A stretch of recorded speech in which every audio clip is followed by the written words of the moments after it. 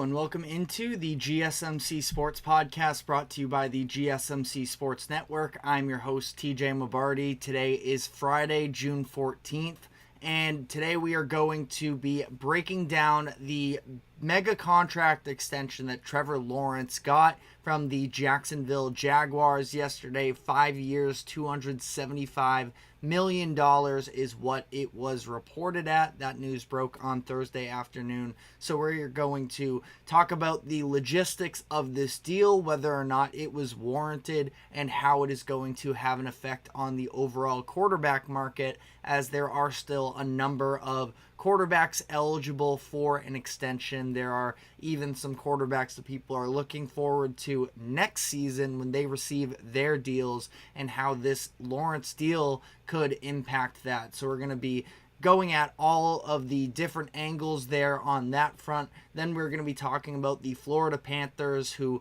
last night won Game 3 of their Stanley Cup Finals matchup, were able to hold off a late push from the Edmonton Oilers, and now hold a 3-0 series lead. Speaking of 3-0 series lead, we have the Boston Celtics up right now with a chance to sweep the Dallas Mavericks in the NBA Finals. That Game 4 will take place tonight, so we're going to be diving into that game in Dallas and talking about whether or not there is any realm of possibility where the Mavericks could come back down 0-3 and pull off NBA history to win the finals. And then finally, we're going to be wrapping up the show by coming back around to some NFL conversation and talking about the fines that were dealt out to the Atlanta Falcons for tampering with Kirk Cousins during the free agency period. A lot of people are upset with the lack of punishment,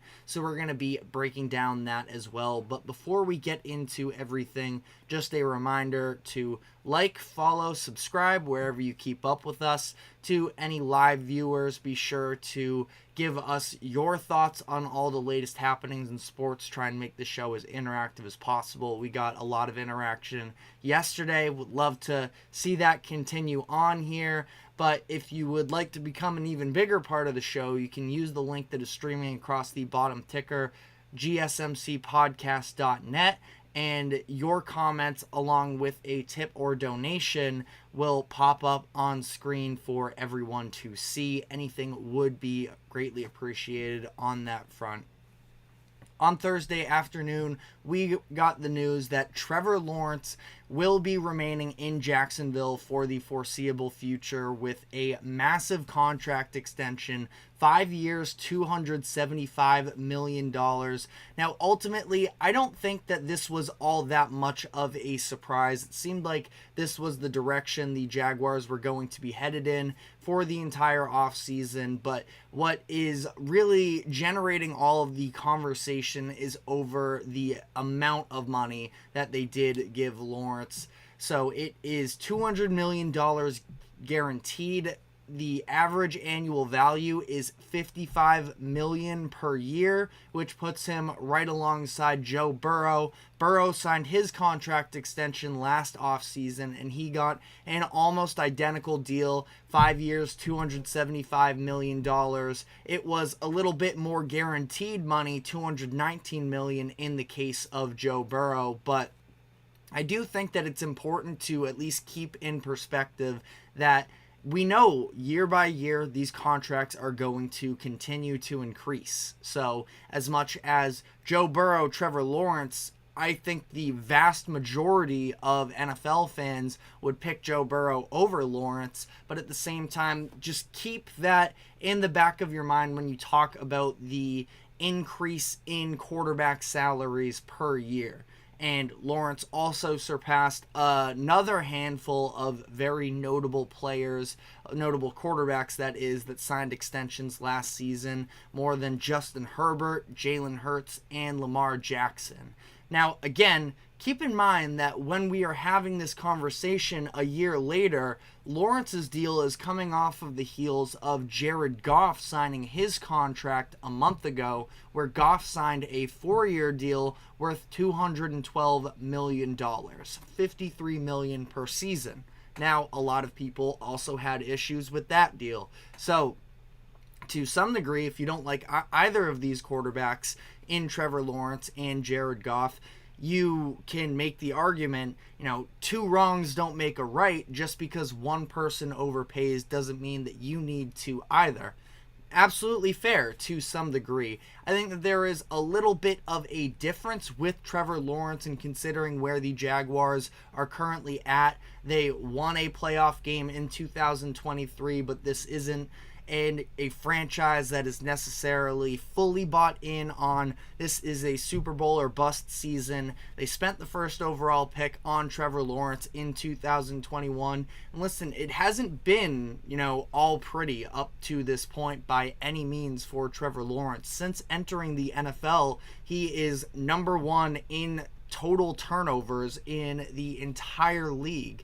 Now, that is in large part fueled to the disastrous rookie season where he had Urban Meyer coming out of retirement to come and coach the Jaguars. All of the drama behind the scenes there. Urban Meyer didn't even last a full season there in Jacksonville, and it was just a mess altogether where the Jaguars had no choice, obviously, but to let him go. We have seen, I feel like, to some degree at least, in today's era, we're seeing more than ever the importance of development from a coaching staff and the way that it has torn down lots of examples of first-round quarterbacks in recent years. So that is something that they obviously righted. They bring in Doug Peterson, and they were able to find a way to put together a season after starting 3-7 to start the 2022-23 season. They were 3-7. They won 6 of their last 7 games.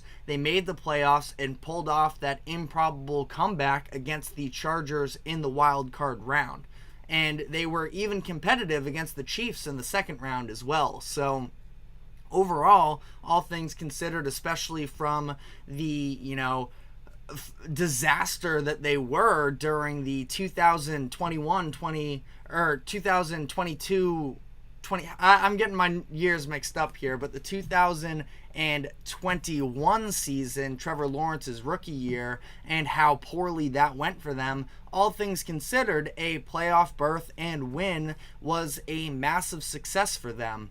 And now they are at a point here where Trevor Lawrence last year, sort of the team in general, went in the reverse direction from the year prior, where after a slow start in making the playoffs in 2023, the Jaguars seemed to be in prime position to not just make the playoffs, but maybe make some more noise, where they were 8-3. They were at the top of the conference, and then they lost 5 of their last 6 games, choked away the division, and missed the playoffs. Now, I think that really we saw when this all turned sideways for the Jaguars was that Monday Night Football game where Trevor Lawrence ended up going down with an ankle injury in the fourth quarter. It was the shootout against the Jake Browning-led Bengals, and once Lawrence went down, they end up losing that game in overtime because I think it was C.J. Beathard who stepped in for the Jaguars, was just obviously not the same level of production.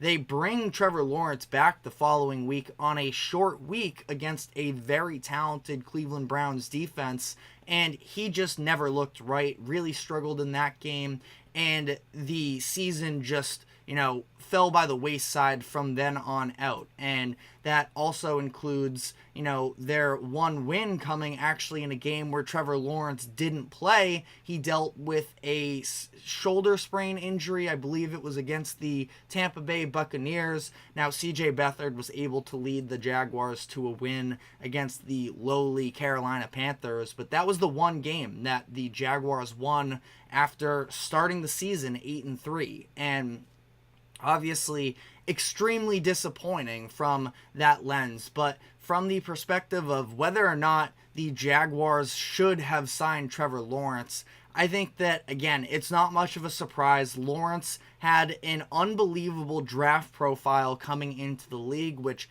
as we get further and further from that 2021 draft is going to mean less, but it is still in recent history. He was viewed as the best quarterback prospect since Andrew Luck, and he has shown some flashes throughout his young career. Now, again, not all of it has been perfect, and the turnovers are the number one thing that Trevor Lawrence is going to have to work on. Some of the consistency of the greatness as well, and this feels like it's going to be a little bit of a make or break season for Trevor Lawrence. But that being said, if you're the Jaguars, you just saw Jared Goff get $53 million a year. You know the price is only going to continue to go up as years go on. And as we dive into our next segment and we talk about somebody like Brock Purdy, who has had a lot of success, especially, in relation to team success since he has stepped into the league with the San Francisco 49ers,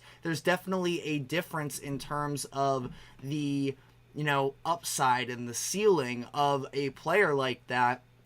I at least think that Trevor Lawrence is at least going to hit some level of expectations. Now,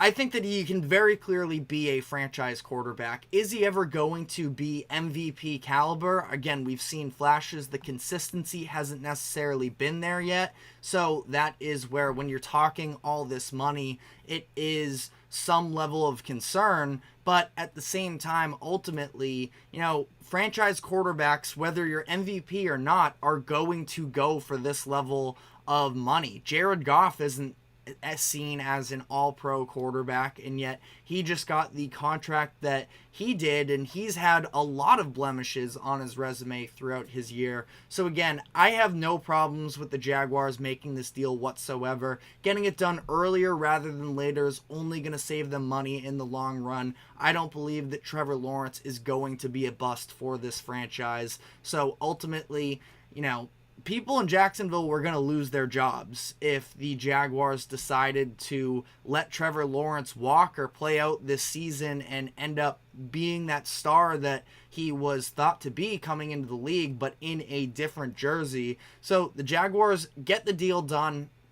Again, ultimately, I understand. It feels like we have this overreaction as sports fans across all leagues. The NBA, we see it all the time, where, Jaylen Brown just became the highest paid player in the NBA this past offseason. Everybody said that was far too much, and he is likely going to win a finals MVP. Now, I'm not saying, team success or anything like that is a direct correlation, but Jaylen Brown, who was this massive topic, how did he get so much money? He's going to be buried in, within the next couple of years. Jason Tatum this offseason is going to make more money than him, and this is just what we continue to see, the market resetting and building up year after year. So I think that if anything, you're going to look at some of these other contracts that are going to come out after Jordan Love or Tua Tagovailoa or Dak Prescott, and we're going to see that much more money being spent on the quarterback position with guys that we still have questions about. But on that note, we have to take our first break, but when we come back on the other side, all of those names I just threw out there are contract extension eligible still. So I want to break down exactly how the Trevor Lawrence deal is going to overall impact the quarterback market. So we are going to dive into all of that. But first, a quick break. Don't go anywhere. We will be right back. I feel like I'm losing my mind. Is everybody in the world blind? Please, Lord, give me a sign, a sign. I feel like I'm losing my mind. Is everybody in the world blind? Please, Lord, give me a sign, a sign. I wanna be the greatest. Everybody on the fake shit. I look around and feel like everybody is the fakest. I make this every day and I'm impatient, hoping one day I blow up from the basement. Statement, the top is so vacant. I don't hear shit that I think is amazing. Waiting for my day when I'm playing sold out shows for 1,000 faces. Hey, give me that crown, get in my way and to be put down. It ain't your place, all this my sound. If I want that shit, then I'll get it right now. I'm losing it, the news it fits. I'm losing shit, a stupid myth. You choose to live or choose to dip. You choose to fight or lose your grip and lose a gift. Oh. feel like I'm losing my mind. Is everybody in the world blind? Please, Lord, give me a sign, a sign. I feel like I'm losing my mind. Is everybody in the world blind? Welcome back into the GSMC Sports Podcast as we continue to break down the Trevor Lawrence contract extension that was announced on Thursday afternoon. 5 years, $275 million. And this number definitely caught a lot of people off guard based off of the fact that he is being paid up with, the what we see as premier performing quarterbacks in the NFL. And again, as much as you might believe in Trevor Lawrence, and I know that I personally do, he hasn't necessarily put it all out on the field yet to show that he is worth that type of money. But this is, I think, a contract that is being thrown out there for the idea of in time he will be able to live up to this. So the clock is definitely on for Lawrence, who had a down season last year, dealt with some injuries, but ultimately, again, being known as one of the best prospects coming into the league in recent history, he is going to have the pressure on him this season. The Jaguars have done plenty, I would say, to put the talent around him necessary for him to thrive. But with Lawrence getting this type of a deal, and again, matching what Joe Burrow is currently getting in the NFL, and we just saw Jared Goff as well a month ago get a deal for $53 million a season. It does definitely also, as much as Trevor Lawrence and Jared Goff have pressure to perform up to these standards, the most pressure is on these other NFL franchises that have decisions to make at the quarterback position regarding whether or not they should be paying their guys. There are 3 teams right now who have quarterbacks that are still eligible for contract extensions with some big names attached to it. The Cowboys with Dak Prescott, the Packers with Jordan Love, and the Dolphins with Tua Tagovailoa. Now, all of these are interesting cases because, again, if you look at Goff and Lawrence, we are not saying by any means that these are flawless quarterbacks in the league today, but it's an idea on a little bit what they can provide the franchise for the next handful of years. And as I say that out loud, yes, I understand that's what the majority of contracts are, but it's obviously just so much more heightened at the quarterback position, where we know in today's NFL is far and away the most important. It's extremely hard to succeed if you don't have a quarterback, but also if your quarterback isn't the player that's worth paying all of this money, you can be very badly handicapping yourself for years to come. Now, when we have this conversation, the number one player that people are going to look to is Dak Prescott because he's on the Dallas Cowboys. Now, I'm sure everybody here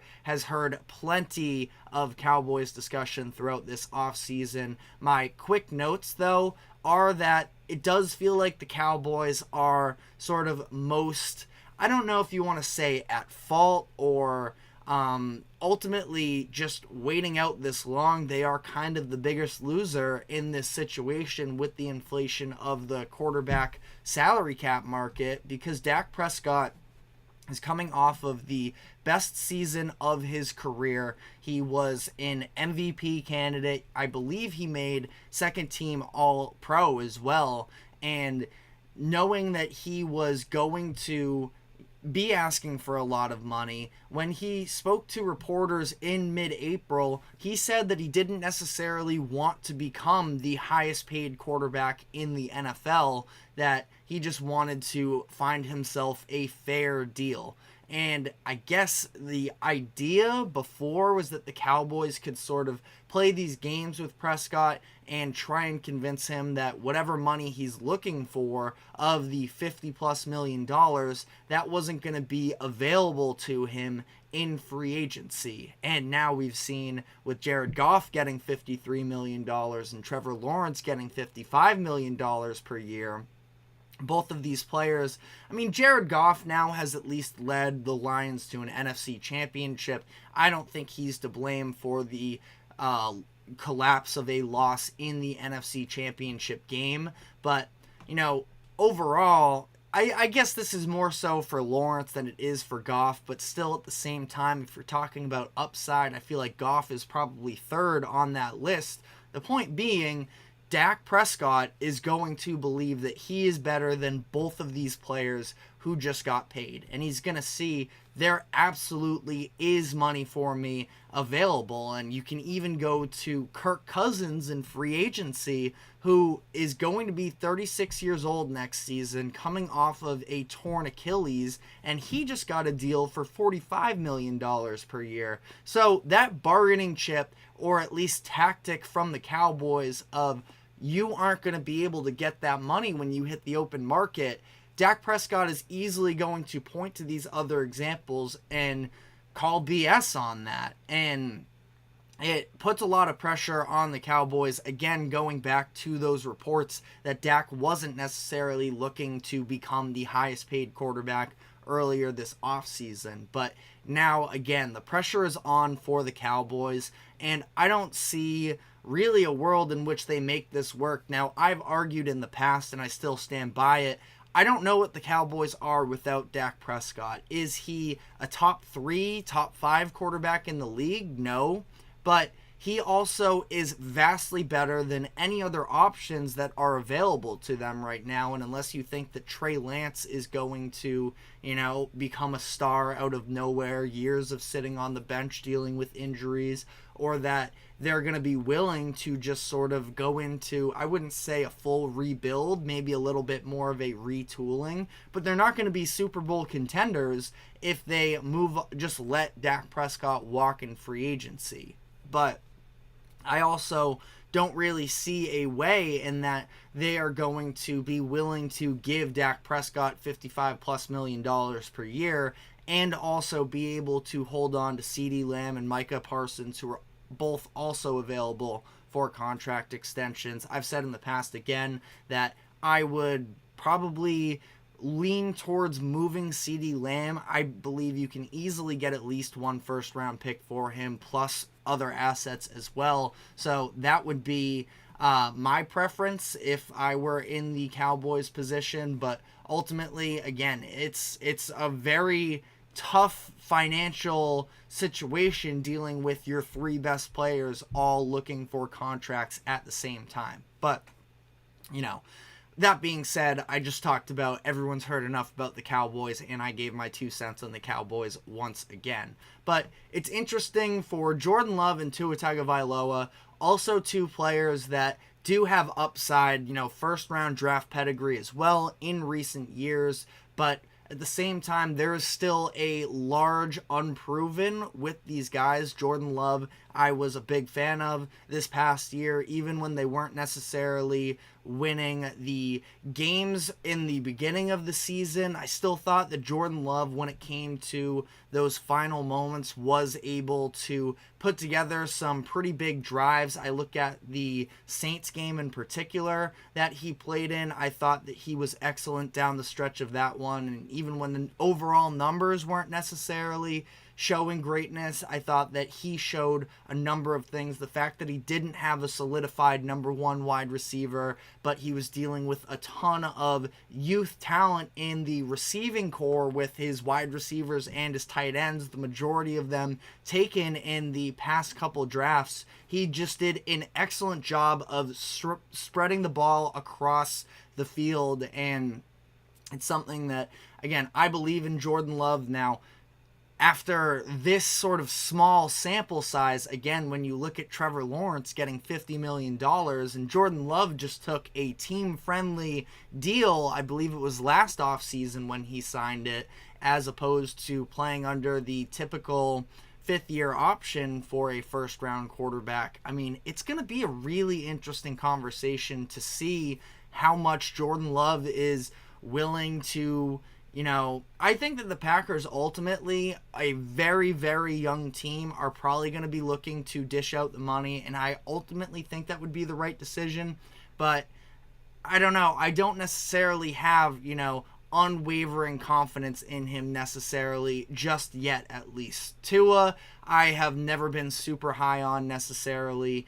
If I were the Dolphins, I would sort of wait to make Tua actually prove it to you, because I don't know if we've even seen the upside that Jordan Love has showed yet up to this point. But another interesting conversation coming into this is, how does this affect Brock Purdy, who isn't eligible for a contract extension until next year? But it is a very strange situation where you're talking about two different quarterbacks who have extremely different experiences up to this point in the NFL. Trevor Lawrence was seen as the golden boy coming into the league, and that he was going to be the savior for Jacksonville. And he has had his flashes, his moments like I talked about, but ultimately the overall level of production hasn't been where we thought it was going to be up to this point in his career. And, there are various reasons as to why. We went over that in the first segment, but ultimately the Jaguars decide to pay him because of what they think he can be. Brock Purdy, on the other hand, came in with no expectations. The majority of NFL fans didn't know who he was, being selected in the 7th round, last overall pick, and he has done nothing but lead the 49ers to wins since then. Now, obviously, he plays in a quarterback-friendly system and such, and you can definitely use that against him to the point where he has had so much success, and yet he still does have doubters. But at the same time, when you look at the situation for the 49ers, who have gone out and paid big money to Jimmy Garoppolo, they moved draft capital to go up and select Trey Lance with the 3rd overall pick in 2021. None of those really panned out to consistent winning until Brock Purdy stepped into the mantle and took over for the 49ers. So we still have another year here of Brock Purdy to play out and see how that goes. But I do think that this is a deal that we're going to be looking back at to some degree. Obviously, will be another year in the future. The quarterback market is bound to be reset to at least some degree a year from now. But it is really interesting to see how this is all going to play out. Because, again, ultimately, Lawrence has proven very little in the NFL so far. And, again, I like him.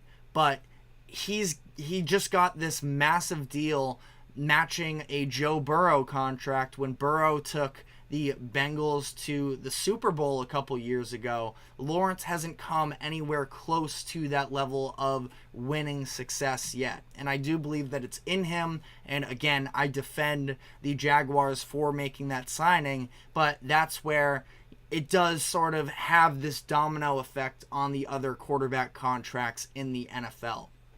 We do have a comment from Lil Fettuccini about, is Dallas winning tonight? In reference to the Dallas Mavericks. We're going to be doing a whole segment on the Mavericks in a few minutes here. My brief thoughts would be, I do think that the Mavericks have a very good chance tonight. Now, that being said, coming all the way back only to fall apart in those final couple minutes in a very emotional way as well, with Luka Doncic fouling out, you can make an argument from, on one hand, they did earn that comeback up to that point, and it was the Celtics playing bad. Maybe there's something there to expose. But at the same time, the way that was a heartbreaker, that was the Celtics showing their vulnerability, that they were looking ahead a little bit too much of, they got caught up in the moment. We have a chance to win this championship. And the fact that they were able to rein it back in and come away with that win, Joe Mazzulla has this quote that's going viral a little bit that's ridiculous. The Celtics head coach, that is, talking about the closer you are to winning, the closer you are to losing, and this whole idea of making yourself vulnerable because you're comfortable. But I think that the Celtics showed that already a little bit in Game 3, and the Mavericks weren't able to capitalize. But again, we're going to get into a whole segment on Dallas in a few minutes here. But we're going to be taking a quick break, and before we dive into that, we have another 3-0 playoff series right now in the finals in the NHL, with the Panthers Also, you can make some comparisons to how Celtics-Mavs Game 3 played out. The Panthers were able to hold off a late-game comeback against the Oilers and take this commanding series lead. So we're going to be breaking down that game and where we stand in that series as well. So stick with us, and we will dive into all of that after this quick break. Don't go anywhere. Looking for your daily fix of sports talk without having to pay for it? GSMC Sports Network is available on YouTube. Just search GSMC Sports Network. Get your fix of daily sports talk shows on YouTube, absolutely free.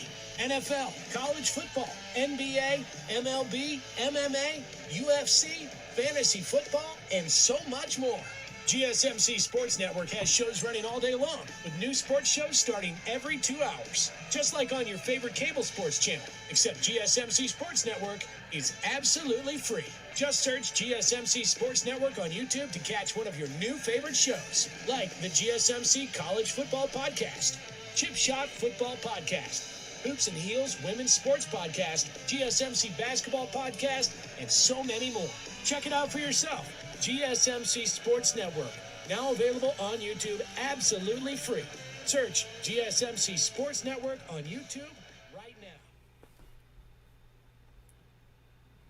Welcome back into the GSMC Sports Podcast, as we are going to be shifting gears here to the NHL, where we saw the Florida Panthers able to hold off a pretty valiant effort from the Edmonton Oilers coming back, and were able to keep it a Panthers game, and they end up winning 3-0. Now, this was another game here where it feels like the Oilers had an incredible opportunity to swing things back their way. They played a pretty brilliant overall first period where they outshot the Panthers. They were getting good opportunities in front of the net, but that was where Sergei Bobrovsky, who at this point is the odds-on favorite to win the Conn Smythe Trophy, has just been absolutely dominant through this postseason run. Again, we talked about it was Game 4 against the Rangers in the Eastern Conference Finals that he was really able to take on this new level of production and carry the Panthers team in this way. And last night he was phenomenal in that first period. Once again, was able to, ultimately keep the Panthers in this game. The Panthers even ended up scoring late in the first period with a Sam Reinhart goal, and it just felt like such a low blow for the Oilers, who are putting it all out there on the ice, and they just can't seem to get past him. And then in the second period, they were able to end up tying the game pretty early on a Warren Foegele breakaway, but then that stretch came about halfway through the second period where it was just an onslaught of Panthers attack, where they scored 3 goals in the span of about 6 minutes. And it's interesting to sort of break down where you want to put the blame here. Now, Stuart Skinner is somebody who has had a little bit of a target on his chest the entire postseason because he has been inconsistent, and I definitely would not argue that last night was tremendous for him by any means, but you also just saw so many breakdowns from this Edmonton defense that had definitely shown, I guess you could say, some problems during the regular season. They're an offensive identity team, so obviously, you can't expect necessarily that the defense is going to carry them all the way, but you see these instances where, Cody Ceci, who was a healthy scratch in Game 2, he loses a puck race on the boards behind the net. Granted, that coming off of not a great play from Stuart Skinner, where he came out of the net, tried to pass it down the boards, and was just never in position. We continue to see, especially with Skinner, when he has to move laterally on these shots, he just is a step slow, even half a step slow, and that ends up really hurting them. But ultimately, And then you see as well with the Barkov goal late in that period as well. It was just a poor defense getting back, and they ended up Barkov and Rodriguez skating down the ice with one another. Barkov gets an easy look. If you look at the Reinhart goal and the Tarasenko goal, both of those came off of opportunities where the Oilers were just, stymied by this incredible forecheck from Florida that we have seen, the entire postseason, really the past 2 years. And turnovers in the zone, always going to be a recipe for disaster, especially when you're playing this Florida Panthers group. So, just like that, it becomes a game where the Oilers feel like they should be up, and now all of a sudden it's 4-1 headed into the third period, and this Edmonton crowd, which we've seen all playoffs long, be this force almost, that it is just this incredible environment, just sucked the air entirely out of it. Now again, you have to give credit to the Oilers for battling back there, where it's Broberg and McLeod, who aren't necessarily seen as, especially McLeod, who didn't even play all that much in this game, but has had a couple big moments now in the postseason. They end up scoring a couple goals there. The Broberg one almost felt like a total fluke as well, because it went off of the elbow of the Panthers defender Mikolov and ends up falling into the net there. Seemed like at that point that's the only way they're going to really be able to get it past Bobrovsky, but the Oilers were able to turn it on down the stretch of this game, and they were just firing shots after shots on goal, and it really did feel like they dominated the latter half of that third period. But at that point, again, if you want to sort of make some of the comparisons between this series and the NBA Finals, it feels like another one of those situations where Game 3, team that's down, they finally find this level of momentum, but they're already in such a hole that it was just too much to overcome, and that was the case for Edmonton last night, and we have a 3-0 series lead for the Florida Panthers. Now, it is going to be interesting to see how this plays out from here.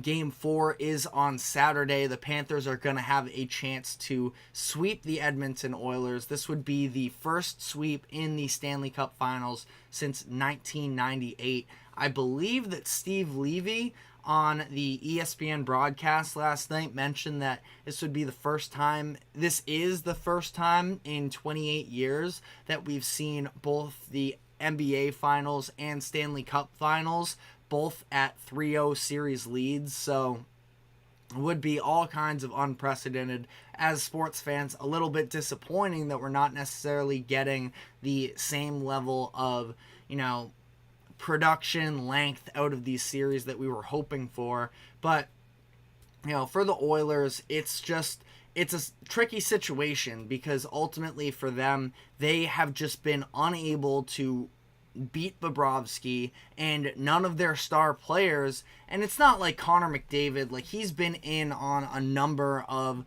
plays here. He has 2 assists in the series as well, and I wouldn't say he's been bad by any means, but I think he might actually be at 3 assists at this point. It's 2 or 3, but, point being, McDavid, Draisaitl, all of these top guys for the Oilers just have not been able to produce up to this point. And again, it's not like they're getting, it's not like they aren't getting looks. Hyman's another one as well on that first line. Nugent Hopkins, again, you can just sort of go on with this list, and you're not getting that top-end production from your goal scorers. And when you're playing a goalie as hot as Bobrovsky is right now, and you're playing a defense that's as physical as the Panthers are with that forecheck, you are asking for trouble. And ultimately, the Oilers are currently in trouble with a 3-0 series deficit. Now, Game 4 at home, I feel like there's got to be some level of pride for them to stick up here. I feel like on the other end, the Panthers have this sense of unfinished business because of the fact that they made it all the way to the finals last year and ultimately just came out flat. I believe only won one game in that series, so I would definitely not expect the Panthers to take their foot off the gas by any means, but that level of desperation that just comes into play, have to feel like McDavid nets one in this upcoming matchup, but again, we'll see. It's definitely easier said than done when you're playing against somebody that is playing at the level of a Sergei Bobrovsky. But let me know in the comments section if you think there is any chance the Oilers can somehow swing this series around. But I've been making these comparisons from the Stanley Cup Finals to the NBA Finals. Like we mentioned, the Boston Celtics have a 3-0 series lead against the Dallas Mavericks, and tonight there is a chance that they could sweep the Mavericks and bring home banner number 18. So we are going to be diving into that series, this game in particular, but whether or not the Mavericks have any chance of pulling off the unprecedented comeback of a 0-3 deficit comeback. So stick with us and we will be right back after this quick break.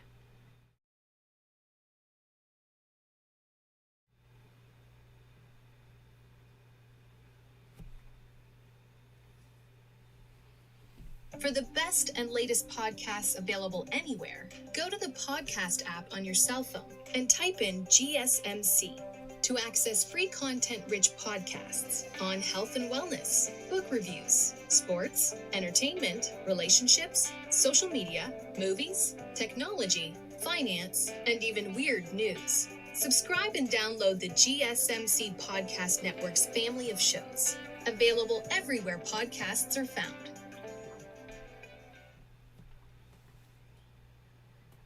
Welcome back into the GSMC Sports Podcast as we look ahead to tonight's game between the Dallas Mavericks and the Boston Celtics. For this Game 4 matchup, the Mavericks trying to hold off elimination as they are down 0-3 in this series, get a home game, and ultimately, I feel like we are at the point in the NBA where sweeps are just so rare, especially when you talk about a comparison between these two teams where I believe that, the Celtics have always been the better team than the Mavericks, but at the same time, the Mavericks have, I would say, the best player in the series in Luka Doncic. Obviously, he's not the most popular man in NBA media with the Game 3 bad performance from him, which is understandable, but still, we are really yet to see the brilliance from him. And I feel like that is absolutely still on the table. He and Kyrie Irving, we know the individual talent there, especially on the offensive side of the ball. And it's interesting because when you look at this series, as much as it feels like the Mavericks have really struggled to, keep pace with the Celtics by any means, it's not for a lack of defending the Celtics, where is typically where we feel like the Celtics are a three-point shooting team, that they're this elite offense, and they are statistically, but this series has been about the Mavericks not being able to score enough points, where they've been held to under 100 points in every single game so far this series. And it is a situation where that has to be held on Luka and Kyrie. And I understand, of course, the other role players need to do a better job, and ultimately when you look at the personnel on the court for the Mavericks, there just isn't necessarily that other creator for them to take over. But at the same time, there needs to be, in that same argument, a way for Luka and Kyrie to try and find a way to get these other players involved. And again, easier said than done when you talk about the switchability of this Celtics offense, or the Celtics defense, I should say. And that sort of brings me into the point of during Game 3, we saw Luka and Kyrie repeatedly try and hunt out these matchups against the Celtics bench players, Sam Hauser, Xavier Tillman, Peyton Pritchard, and try and take these guys one-on-one And more times than not, the Celtics defense was able to hold up in those ISO situations because of the fact that they knew Luka was trying to play to the refs and he was going to try and draw fouls. And ultimately, again, I thought that it was just an extremely well-coached game where we looked at a couple possessions of Sam Hauser in the switch and Peyton Pritchard in these switches where specifically the Pritchard one where Luka had him in the short corner trying to back him down and Pritchard just dropped his shoulder when Luka was trying to jump into him and get the foul call to go. And that's just the scouting of the Celtics, and that's something that obviously Luka is going to need to work on for years to come here. But it's also something that for him, he spoke to Malika Andrews of ESPN in an interview following that Game 3 loss, and he talked about just trying to have fun again in these games. And we saw, during that fourth quarter, the Mavericks were able to build some things going. They understood that the refs weren't calling a lot of these fouls and they were being more aggressive defensively and trying to shut down the Celtics. And obviously Luka ends up fouling out of this game. I mean, again, he was kind of asking for it because of the fact that he was complaining to the refs the entire way through. And as much as, I think that he sort of walked it back a little bit with his comments yesterday, but when he's talking about the refs need to be better, 6 fouls in the NBA Finals, you can't just bank on the fact that you are a star and that you should get calls in your favor, where I think that that's something that Jason Tatum, as Kelsey says in the comments section, he insults the officials. He's barking at them every single time. Jason Tatum, on the other end, he really struggled also arguing with the refs for a very large portion of his career. And it seems like now that he's starting to put that behind him, he is able to evolve from a maturity standpoint to a certain degree. And for Luka, I mean, it's not just the barking at the officials, it's the fact that he just kind of sits there and pouts at times after he tries to go up and score on the offensive end,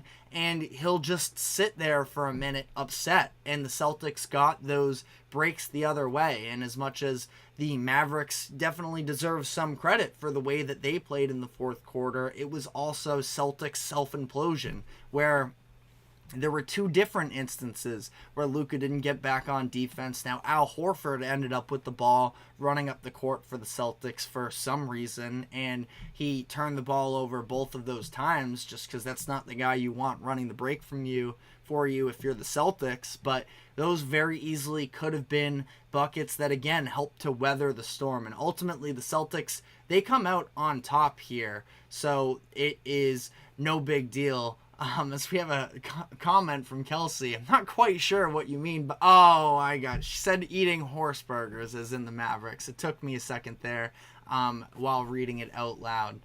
Good one, Kelsey. But I think that, the Celtics did a lot of the damage to themselves in those minutes. Yes, I got it now. But for the Mavs, again, that just seemed like an opportunity where if you're Luka, you understand that the series is, sort of in the balance in those moments where it is a massive momentum swing going into Game 4. It's so redundant to say almost, but obviously the difference between being down 3-0 and 2-1 is everything in the NBA and really in sports in general, but especially in the NBA. And it just feels like, that's where he has to be better. And hopefully when he makes these comments to Malika Andrews of he just wants to have fun again, that he can just play this game as much as personally I'm a Celtics fan. You want to see Luka because his skill set when he's actually firing and he's not arguing with the refs and he's doing what we know he can is so fun. and the complete tearing down of him as his character and who he is as a basketball player because of that Game 3 performance is unfair in my eyes, and it is not indicative of who he is. As Kelsey says, Luka can learn from this. And, you know, I was listening to some Boston radio because I do it every once in a while, not something that necessarily I do too often because of some of the narratives that they push out, but I'm just hearing about how much of a loser Luka is, and, you know, if he doesn't win a championship next year, that automatically makes him a loser. That's just, we can't view sports from that lens. Luka is the only reason the Mavericks are in the finals right now, or I should at least say the biggest reason, not to completely diminish the rest of the team. But that being said, you know, the Mavericks are 100% not in this position if it isn't for Luka. So it doesn't have to be this entire, you know, degrading of Luka as a person and the type of basketball player he is and the maturity level with him, but he does have to learn from this, from his conditioning. I think mentally is the conversation that came into play after Game 3. I think that physically, that is also a conversation where he was getting looks at the rim throughout that fourth quarter, but he just was not able to hit because I think that he was tired at that point, and the way that the game was being played, it was very physical all the way throughout, and it just seemed like it got to him by the end of the game. And again, all these things, you know, Luka's still just 25 years old, so trying to label him as anything negative and saying there's no way he can overcome this is a ridiculous concept to me. I feel like a couple years ago, I sort of came to the realization of putting caps on people is just kind of a ridiculous way to go about this sports discourse. Obviously, we can talk about limitations of players and, you know, but ultimately, again, to state things as impossibilities when a player is 25 years old and he's still learning sort of on the fly. This is his first experience of anything like this, of making the NBA Finals. Obviously had a ton of accomplishments for himself in Europe. I don't think that it has to be this massive referendum of who he is. No, I am in Massachusetts. I am in Boston. I'm going to be going into Boston tonight, that is, to hopefully be celebrating a Celtics championship. But, you know, to the question that is on the screen right now, do the Mavericks have any chance of coming back?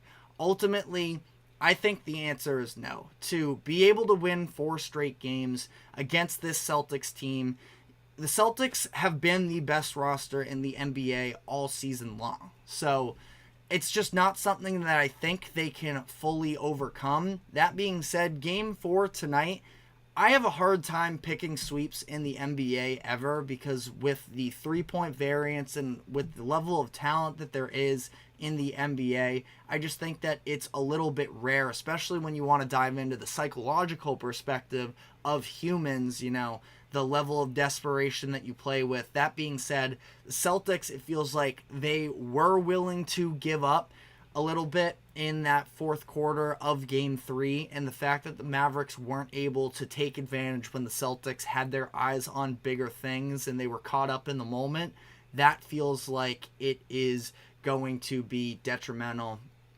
Ultimately, Mavericks are favored tonight, so I don't know if I necessarily would advise you to pick one way or the other. The Mavs have a great chance tonight, but as for the series as a whole, I don't think it happens. Now, great chance this could happen coming back to Boston on Monday night, but I think that this series is just about a wrap. But definitely be sure to let us know in the comments section your thoughts on whether or not we could see the improbable. But we're going to be taking our final break of the show now. When we come back on the other side, I want to dive into the sanctions that the NFL put out against the Atlanta Falcons for tampering in order to get Kirk Cousins, and whether or not it was enough. So stick with us. We will be right back after this quick break.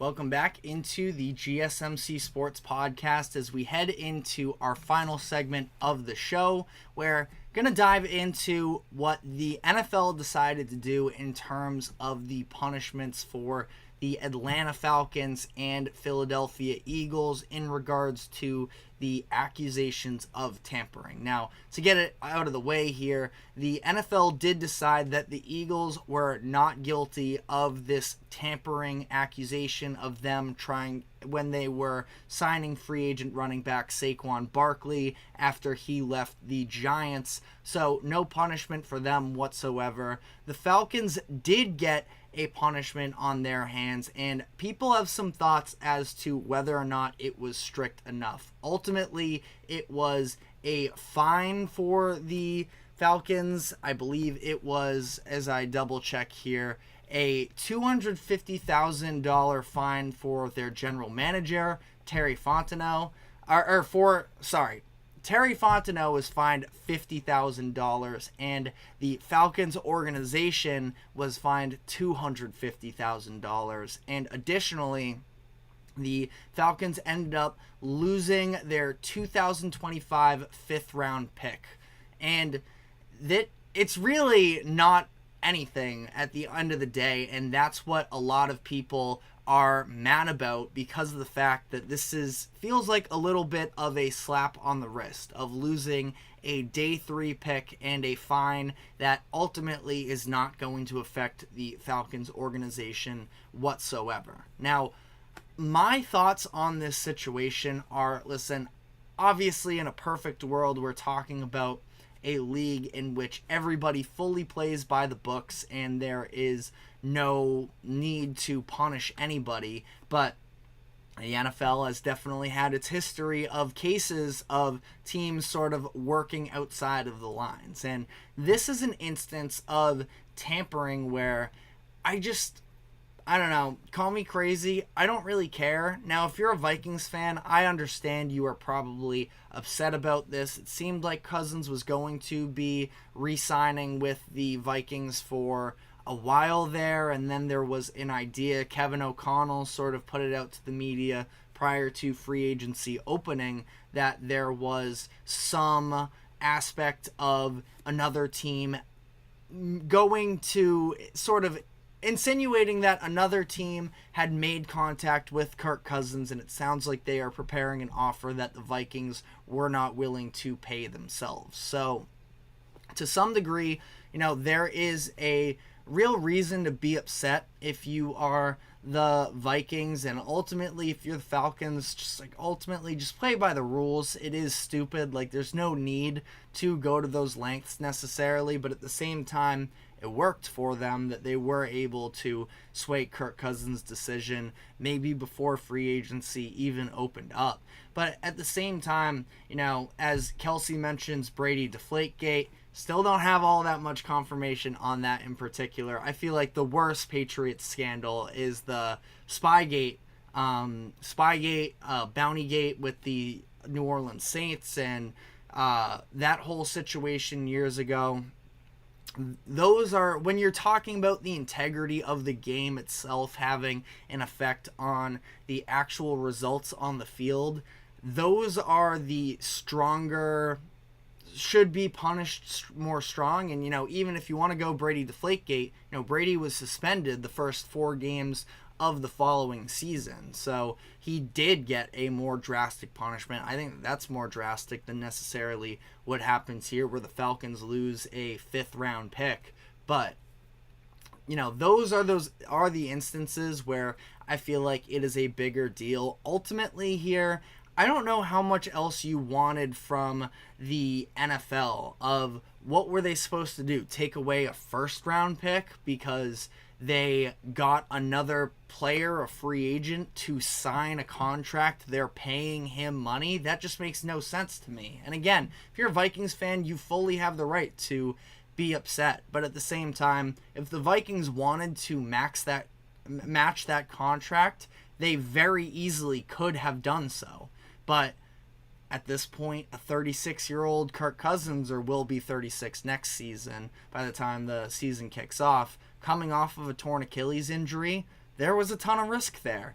And I don't think it's the end of the world for Vikings fans that I don't think that it was the end of the world for the Vikings that they didn't end up with Kirk Cousins. Again, they definitely would have preferred it, but at the end of the day, you know, I really don't know how else you're supposed to. Maybe you could try and go with, I don't know, because do you want to punish the players in that sense too for knowing that you are breaking the rules? Ultimately, the team should be the one that is held more responsible. Should Kirk Cousins be facing any type of discipline for engaging in these conversations? You know, it takes two to tango. So for him, you know, maybe, I mean, maximum talking, even if there were to be a punishment, maximum a 1-game suspension maybe. Yeah, and that was just sort of an idea that popped onto my head sporadically there. Ultimately, I don't think so. Again, the team should be the one that is,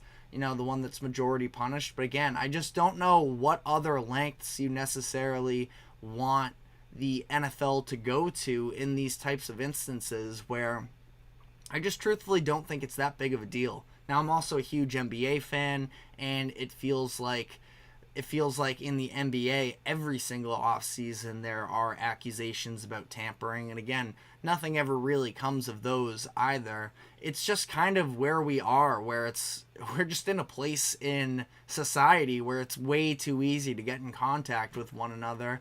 And again, there should be some level of restraint from the team to play by the rule book, but not sure what else we could really come up with there. Kelsey put in the comments section, maybe Kirk Cousins should have to throw left-handed for 1 game. That would be quite the fun workaround there, where ultimately it's not too much of a punishment, but at the same time, I mean, that would be incredibly entertaining to watch and would definitely be disastrous. But I like the creativity on that one for sure. But if there are, you know, any other suggestions in the comment section, let me know. Let me know if you feel like I'm not taking it serious enough, because again, I understand why people could be upset, but at the same time, you know, I don't think that it is any of this, you know, drastic thing that alters the entire league or any of the results that happen on the field. It just sort of,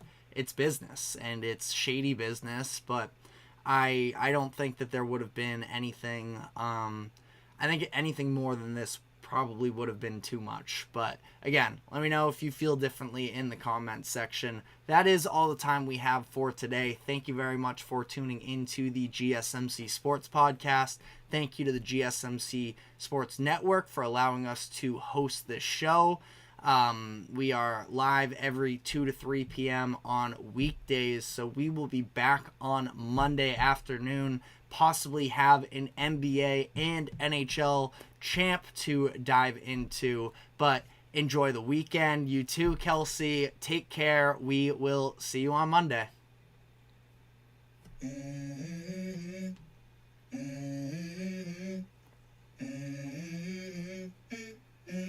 Let's go. I wake up to a little bit of drool on my pillow, feel like it's gonna be a bad day. Yeah, I'm tired of shit, and the coffee ain't hit yet, damn it.